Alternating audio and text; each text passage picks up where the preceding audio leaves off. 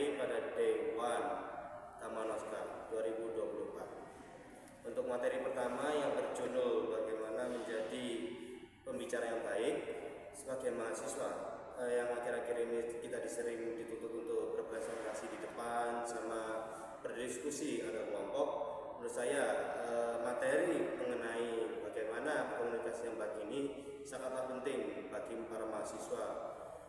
Bagi mahasiswa yang seperti masih ngomongnya terbata-bata atau mungkin masih mengalami demam panggung, materi ini sangatlah berguna bagi orang-orang yang seperti demikian. Lalu untuk bagaimana sih cara menjadi pembicara yang baik?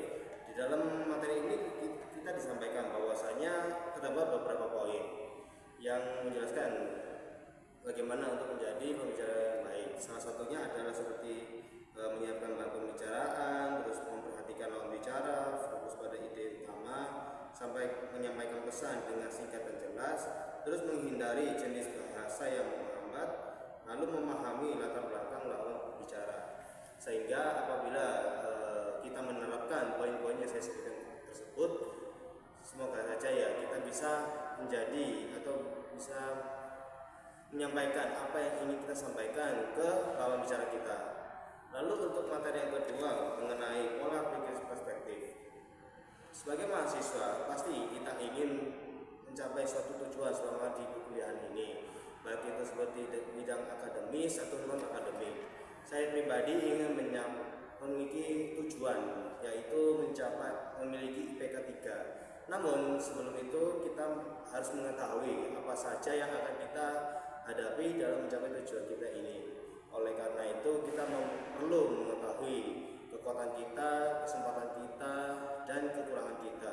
Sehingga apabila kita gagal dalam mencapai tujuan kita perlu mengoreksi diri kita sendiri, yang dimana tujuan dari mengoreksi diri kita sendiri ini agar kita bisa mengembangkan diri kita menjadi pribadi yang lebih baik.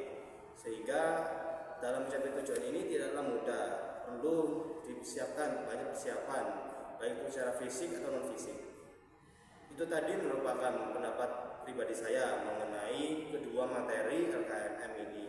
Namun sebelum itu mari kita tanyakan apa saja menurut pandangan orang lain mengenai dua materi ini. Di sebelah saya ada salah satu mahasiswa dari mana, Mbak? Dari Fakultas Ekonomi Bisnis Prodi Akuntansi. Kalau boleh tahu dengan namanya siapa, Mbak? Hani Munfarida. Oke.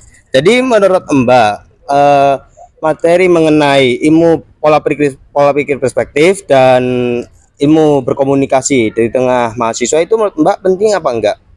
Kalau menurut saya pribadi itu penting ya, karena yang pertama yang public speaking itu tadi. Soalnya kalau mahasiswa itu kan pasti sering kali dihadapkan dengan kayak presentasi dan diskusi gitu.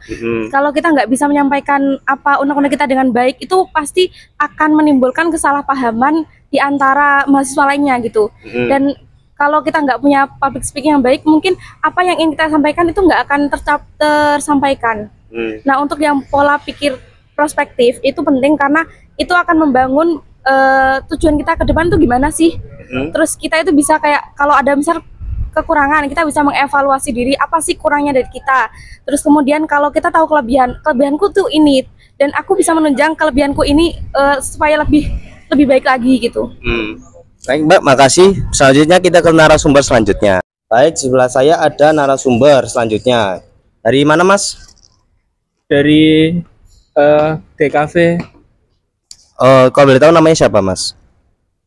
Harun dari DKV. Ya, Harun dari DKV. Menurut Mas sendiri, materi mengenai pola pikir perspektif dan ilmu berkomunikasi di tengah mahasiswa itu menurut Mas itu penting apa enggak, Mas? Iya, penting. Nah, alasannya kenapa, Mas? Karena kalau tidak bisa bicara, bagaimana cara berkomunikasi? Hubungan sosial itu kan dihubungkan dalam bahasa dan komunikasi.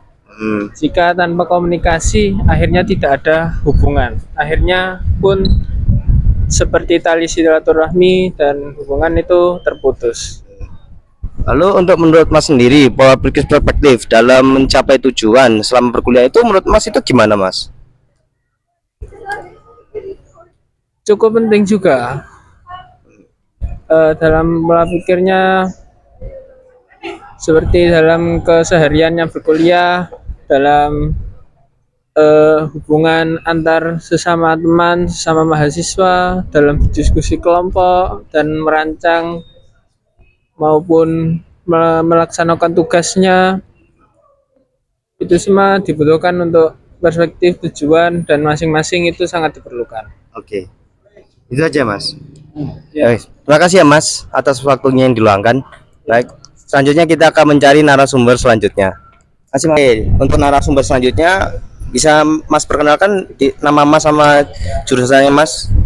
Oke, nama saya Muhammad Rasya Valentino, jurusan Teknik Kimia. NPM Ya. NPM 2403 10 110. Oke. Menurut Mas sendiri, materi mengenai pola pikir perspektif dan ilmu berkomunikasi di tengah mahasiswa itu menurut Mas penting apa enggak? Kalau bicara soal ilmu perspektif itu penting karena kita bisa mengetahui apa kelemahan kita, kekuatan, dan itu semua memiliki kesinambungan gitu loh. Jadi kalau kita udah tahu kelemahan kita tahu kekuatan kita sampai mana, itu kita bisa menggapai tujuan dengan lebih mudah, gak goyang lah. Iya. Lalu menurut Mas sendiri ya, untuk ilmu berkomunikasi di tengah mahasiswa yang bisa dibilang kita akhir-akhir ini itu melakukan presentasi atau melakukan diskusi antar kelompok, itu menurut Mas penting apa enggak kalau menurut Mas sendiri? Kalau ilmu komunikasi lebih penting lagi, soalnya kan kita sebagai mahasiswa kan nggak sebatas cuma angkatan di bisanya, kayak kita komunikasi sama cutting gitu. Jadi kita harus nggak boleh gugup sih. Kalau komunikasi harus jelas, harus pede lah ya.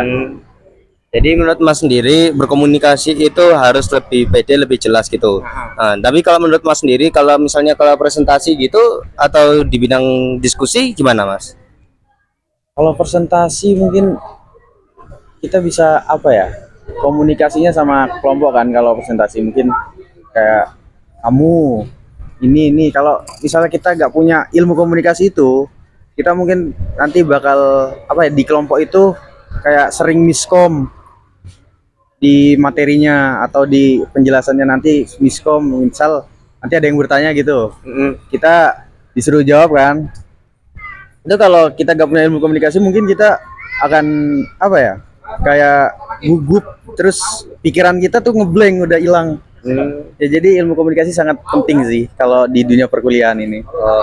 Intinya tujuannya itu agar kita kayak tidak gagap sama tidak tidak kelagapan sendiri gitu ya, Mas. Tidak pelongo-pelongo gitu lah intinya. Oke. Makasih Mas atas waktunya. Siap. Oke. Selanjutnya kita akan ke narasumber selanjutnya.